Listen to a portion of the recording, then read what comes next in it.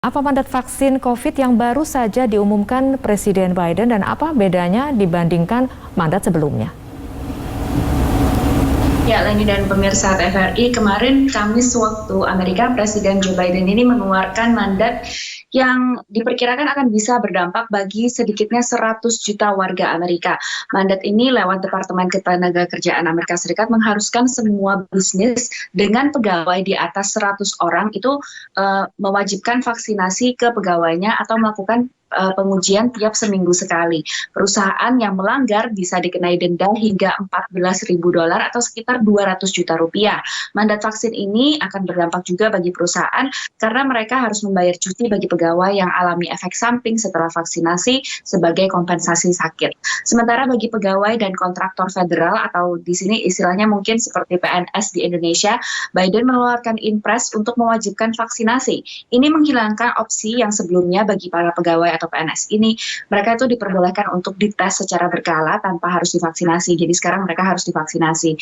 Ini bisa jadi langkah yang paling drastis yang pernah dilakukan oleh Biden dalam menghadapi resistensi vaksinasi. Ada analis yang berkata ini mungkin penggunaan kekuasaan yang paling luas yang pernah dilakukan Biden sejak jadi presiden pada awal tahun ini. Tapi hal ini dirasa juga penting karena mengikuti meningkatnya kasus COVID dan angka resistensi vaksin yang terjadi di Amerika Serikat.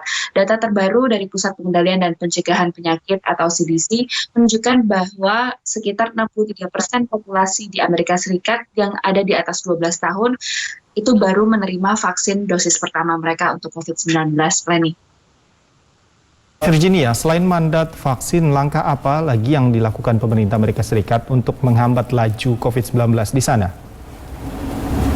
Ya, Kamis lalu itu ada 5 upaya lain yang dilakukan pemerintahan Biden, termasuk diantaranya melanjutkan bantuan ekonomi, meningkatkan fasilitas kesehatan, mengikuti peningkatan kasus ini ya, dan janji untuk memudahkan akses ke dosis booster vaksin atau dosis ketiga, dan mandat masker dan pengujian serta menjamin sekolah itu bebas COVID. Nah, sekolah di Amerika Serikat ini jadi contoh kasus unik karena jadi battlefield atau semacam medan perang bagi orang tua, karena dengan dimulainya tahun ajaran baru dan sekolah ini dibuka kembali, ini jadi salah satu tempat interaksi yang paling diverse atau beragam untuk saat ini di Amerika Serikat. Sejumlah negara bagian mewajibkan vaksinasi bagi guru dan siswa, namun ada juga negara bagian yang tidak mau mengatur soal penggunaan masker di sekolahnya. Sementara untuk pengujian testing COVID, pemerintah Amerika Serikat menjamin pengujian COVID gratis dan akan lebih mudah lagi diakses oleh keluarganya.